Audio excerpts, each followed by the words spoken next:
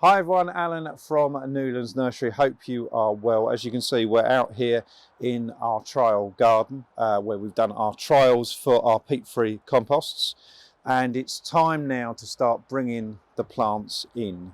Now the reason we're doing this, and we're not going to do it with all of them, is because quite a lot of plants people will bring into a more sheltered spot, and it's not always the cold. Everyone assumes it's the cold.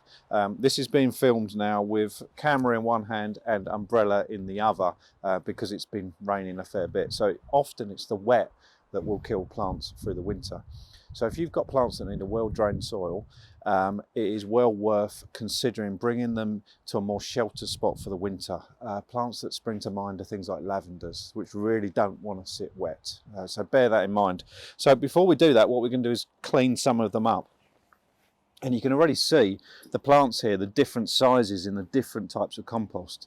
So we've done a recording of some of the results, and we're going to do more recordings and show you the results of the trials. But you can see, just looking over that, all the differences in the different composts and how the plants have grown differently. Some have died back a lot quicker, others are still really thriving. So it's really interesting to see the differences. So when I talk about cleaning them up, if we have a look at this front one just here, you've got some dead leaves. So you'll get this on your perennial plants at home. So what we want to do is just take some of those off, just clean those up.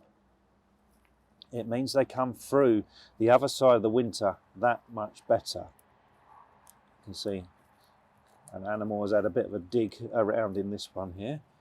So we just want to just take any of the dead foliage off to avoid it rotting and then affecting the plant. So you end up with effectively leaf mulch.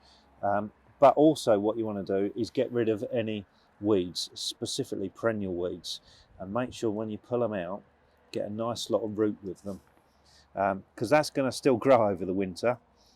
Maybe our plants won't, but that definitely would, and you can end up with more weed than actual plant, which is obviously not what we want. So if we have a look at this one on the side here, it's cleaning up, getting rid of any of the dead foliage, and anything that resists too much probably hasn't rotted away or died back quite as much as you think. So you want to make sure you don't pull any really persistent ones off. Okay, and then we're just literally just taking it, and you can see the difference it makes. It looks nicer, and that's quite a lot of leaf to rot around the crown of a plant that we really want to protect. So it would make all the difference, and they come through the winter, like I said, a lot better.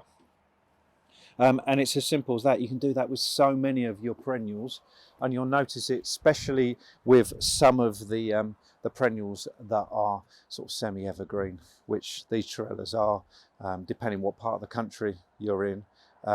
So yeah, simple as that. Any questions at all? Get in contact. See you soon.